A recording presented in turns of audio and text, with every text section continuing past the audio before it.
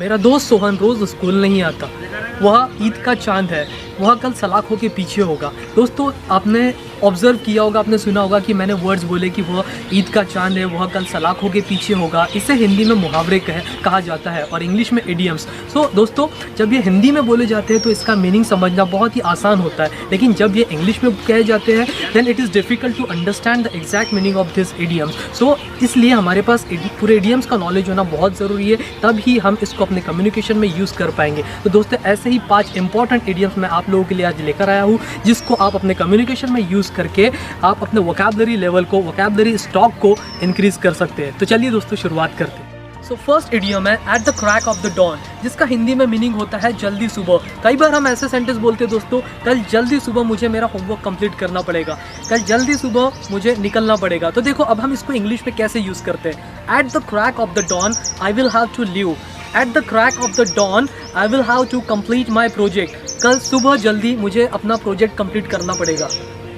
अब second idiom है burst into laughter. इसका हिंदी में मीनिंग होता है ज़ोर से हंस पड़ना। दोस्तों हम कभी कोई फ़नी चीज़ देख लेते हैं तो एकदम ज़ोर से हंस देते हैं। तो देखो हम अब इसको सेंटेंस में कैसे यूज़ करते हैं। जैसे ही सोहन ने वह इंसिडेंट सुना वह ज़ोर से हंस पड़ा। As soon as Sohan heard the incident he burst into laughter. जैसे ही मैंने उसे देखा मैं हंस पड़ा।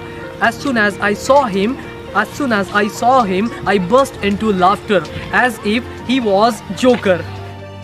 Number third idiom is cynosure of all eyes. दोस्तों इस इडियम को हम वहाँ यूज़ कर सकते हैं या उस चीज़ के लिए या उस इंसान के लिए यूज़ करते हैं जब कहीं पर कोई प्लेस पर या कोई जगह पे जब वह इंसान या वो चीज़ सबका ध्यान अपनी ओर आकर्षित कर लेती है, उस चीज़ के लिए या उस इंसान के लिए हम इस इडियम को यूज़ करते हैं। तो देखिए दोस्तों मैं आप सेंटेंस में इसको कैसे यूज़ करता हूँ। Last night Marshall was the cynosure of the all eyes. कल रात पार्टी में मार्शल ने सबका ध्यान अपनी ओर आकर्षित कर दिया। Fourth important idiom is behind the बार, जिसका हिंदी में मीनिंग होता है सलाखों के पीछे होना। अब देखो दोस्तों हम इसको सेंटेंस में कैसे यूज़ करते हैं। उसने बहुत बड़ा क्राइम किया है, वह कल सलाखों के पीछे हो सकता है। He committed a serious crime, he might be behind the bar tomorrow.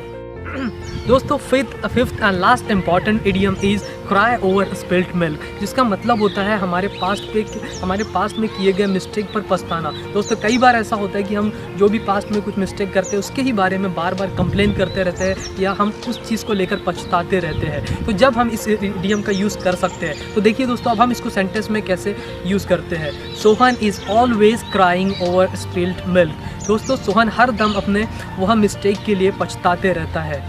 अब फिर से हम इसको यूज़ करके और एक सेंटेंस बनाते हैं। We shouldn't cry over spilt milk. दोस्तों हमें अपने पास्ट में किए गए मिस्टेक्स पर रोते नहीं रहना चाहिए, उसको लेकर कंप्लेन नहीं करते रहना चाहिए। ऐसे ही 5 इडियम्स मैंने आपको इस वीडियो में बताया है। I hope this will be useful for you. लेकिन अगर आप इन्हें हमेशा याद रखना चाहते हैं तो आपको इसे रोज़ अपने कम्युनिकेशन में यूज़ करते रहना पड़ेगा। आई होप कि आपको ये वीडियो पसंद आया। ऐसे ही आप लोगों के लिए मैं फ्यूचर में वीडियोज़ लाते रहूँगा। Till then bye bye.